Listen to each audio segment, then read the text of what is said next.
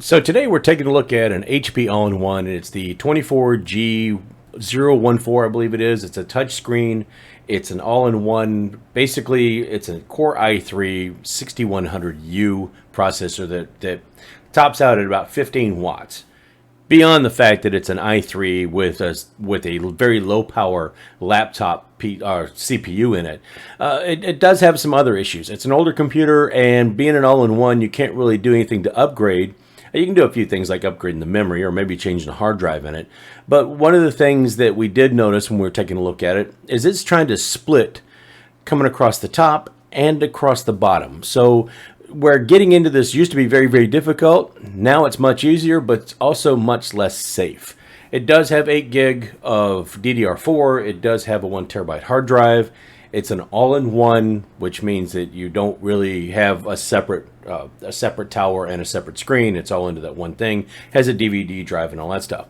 Now, the problem that we came into is that when we were trying to, whole reason my sister has another computer now is because this one began to fail. And the login UI, instead of that Windows screen that pops up and has you log in, that took her to a command prompt, and we couldn't get out of that, and we couldn't fix it do the normal means when you go through and you say you try to use the Windows tools and try to fix the startup, or if you try to go through and do a couple other things. Like at that point it wasn't letting us even go through and check the disk to make sure the disk was healthy or anything. We didn't want to risk trying to reinstall Windows over something that might be a bad disk. Her decision at that time was, well, I'm going to get a new computer soon anyway. Let's go ahead and pull the trigger. And we did. So now that we have this. On top of the troubleshooting that she and I did together, I also did a whole nother round of troubleshooting, and we still weren't able to, I still wasn't able to get to the problem of why. But I was able to go ahead at that point, find out that I would get all the information off that disk to her new computer. So everything there is fine. We don't have to worry about any of that. Still have not been able to verify that the computer, the hard disk itself is good. Still don't know what the computer is going to do if and when we can either recover that or put Windows back on it, and have no idea if this is going to be any good at all.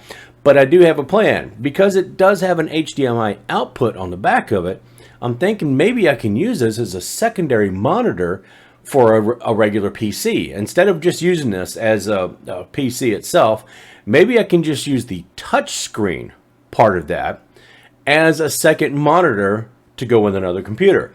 So that's kind of what I'm going to take a look at. At this point, I'm just seeing if I can't go in. I changed the directory to the C drive, which it was not letting me do before, but now I'm trying to run a check disk to find out if, hopefully, maybe if the hard drive itself is any good, and try to reinstall Windows. Like I said, at this point, all my sister's data has already been backed up. It's on a new computer and everything, so I'm just going to see if I can't do something with this one. But the ultimate goal will be to turn this into a monitor, not a working computer. All right, so it looks like we got something going here with the install or the reinstall of Windows. So we'll see when it comes up and see what's going on. Of course, it wanted me to try to register everything all over again and using my network settings and all that crap, but I'm just, right now, Windows 10 will still allow you to install without a network, so that's what I've done, so we're going to see what happens. All right. Okay, so it does look like we've done it, and we've gotten, well, we've kind of figured out what we're working with here. We are working with just a dual-core, 4-thread. The individual threads don't show up here in the task manager, which is interesting, but that's okay. We got 8 gig of memory. Obviously, the hard disk, that's actually the DVD drive that I'm not using. But if we go here to Resource Monitor, we can see those threads showing up. So that works out. Memory, the overview of the whole thing. Okay, so I wasn't paying attention when I closed the window before, but one reason why I want to keep this monitor is because, oh, lo and behold, it's a touch screen.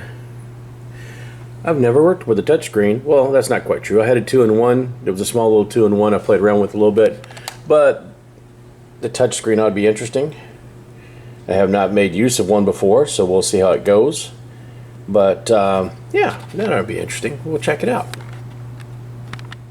Alright, well, where I was hoping to be able to use this as a second monitor, Actually, you might be able to see the one behind it. I can hook a second monitor up to it by this little HDMI in the back. You can see it right here.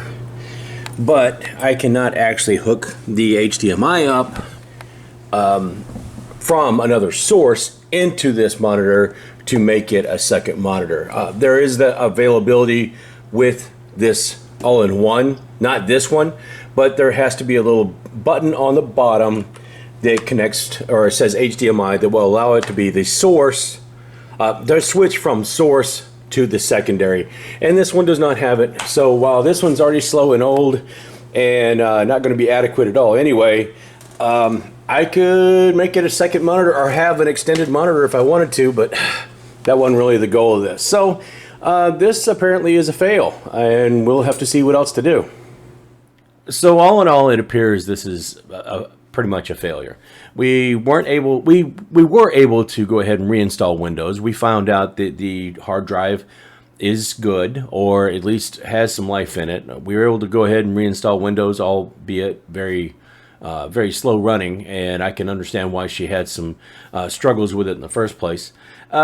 It's not going to be the best PC. We cannot use this as a secondary monitor because this wants to go ahead and extend the display to another monitor. It doesn't want to it doesn't want to go ahead and be somebody else's second monitor. It wants you to go ahead and use a second monitor with it. The only problem is we have no options to be able to actually change or extend a display. All we can do is just mirror that display on another desktop. So that doesn't do us any good either, because that desktop, that PC is not the most powerful PC in the world in the first place.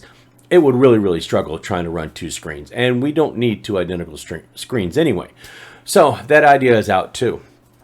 So what do we do with it? Well, it might make a decent PC to try Linux on, and so that would be probably my next thing. Is I've got a couple of Mint distributions, or a couple of Linux distributions, including Mint, that I want to go ahead and try on this computer, and so maybe this is a good starting ground for it. There's a few others. I might want to install Pop! OS and see how that works with playing games, but this isn't really a PC that's strong enough to play games in the first place, so I don't know if trying to install one of those distros is going to do any good for me.